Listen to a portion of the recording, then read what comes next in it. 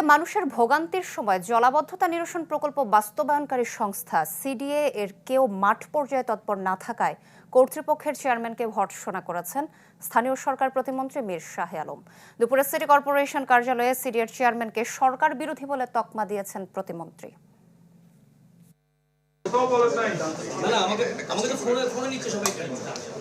কোথায় দেখেন একটা ডকুমেন্ট,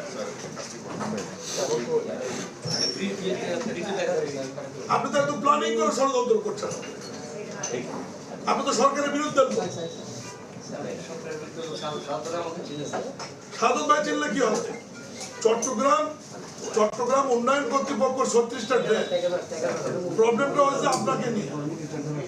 মিডিয়াতে আপনার কোনো বক্তব্য নাই, আপনি বারবার সাধারণ মানুষের